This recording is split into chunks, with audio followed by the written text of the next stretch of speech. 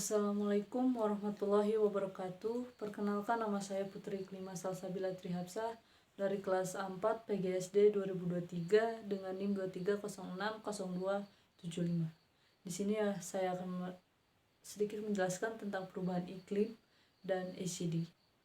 Secara singkat, perubahan iklim adalah salah satu tantangan keberlanjutan paling kritis yang dihadapi dunia. Sedangkan ACD adalah kunci untuk memperdayakan individu dan masyarakat guna mengatasi tantangan tersebut.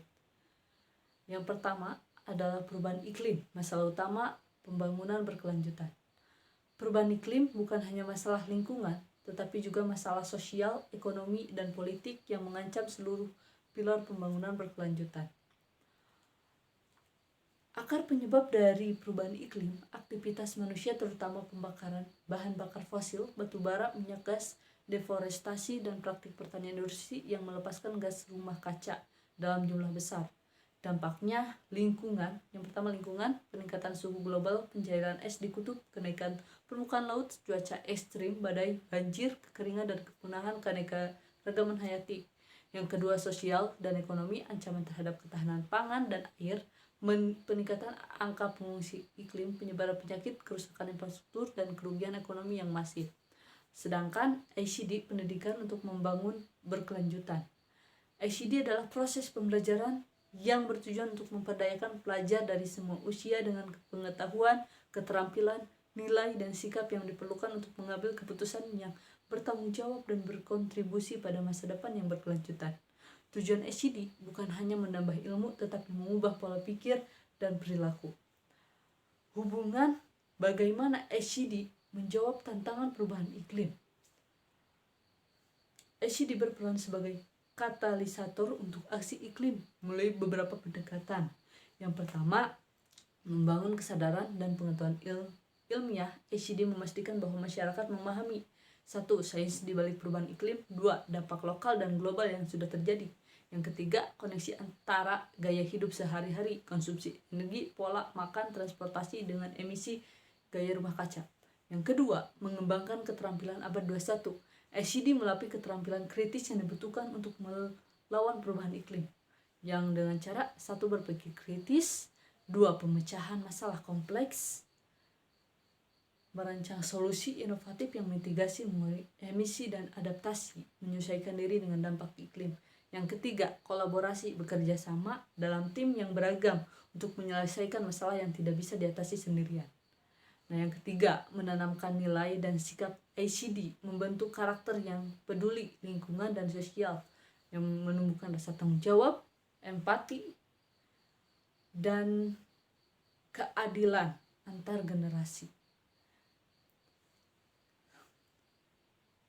Selanjutnya ada yang keempat adalah mendorong aksi nyata dan partisipasi. ACD mendorong pembelajaran yang berorientasi pada tindakan, action oriented learning, yang dimana ada proyek sekolah, menciptakan taman sekolah, program daur ulang atau kampanye hemat energi, ataupun keterlibatan komunitas, memetakan kerentanan iklim di wilayahnya dan merancang rencana adaptasi. Yang ketiga, advokasi, menyuruh kebijakan iklim yang lebih ambisius kepada pemerintahan dan pelaku bisnis. Contoh penerapan ACD dalam konteks perubahan iklim bisa dilakukan di sekolah dasar.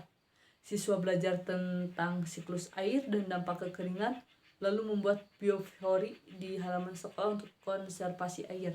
Di sekolah menengah, siswa menganalisis jejak karbon sekolah mereka dan mengusulkan perubahan seperti penggunaan panel surya, pengurangan sampah plastik. Di perguruan tinggi, mahasiswa dari berbagai disiplin ilmu teknik, ekonomi, sosiologi berkolaborasi merancang solusi ke kota rendah karbon. Di masyarakat, kampanye edukasi tentang praktik pertanian cerdas iklim untuk petani.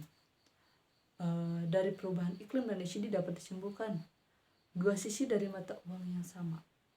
Tanpa ACD, upaya mengatasi perubahan iklim akan terhambat oleh kurangnya kesadaran publik, penolakan, dan ketidakmampuan untuk beradaptasi. Kebijakan dan teknologi hijau tidak akan efektif jika masyarakat tidak memahami atau mendukungnya. Dengan ACD, individu dan komunitas dilengkapi dengan agen perubahan.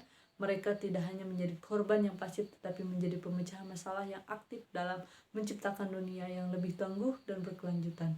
Oleh karena itu, integrasi pendidikan perubahan iklim ke dalam kurikulum di semua level melalui pendidikan ACD bukanlah sebuah pilihan, melainkan sebuah keharusan untuk memastikan kelangsungan hidup dan kesejahteraan umat manusia di masa depan. Mungkin segitu yang dapat saya jelaskan.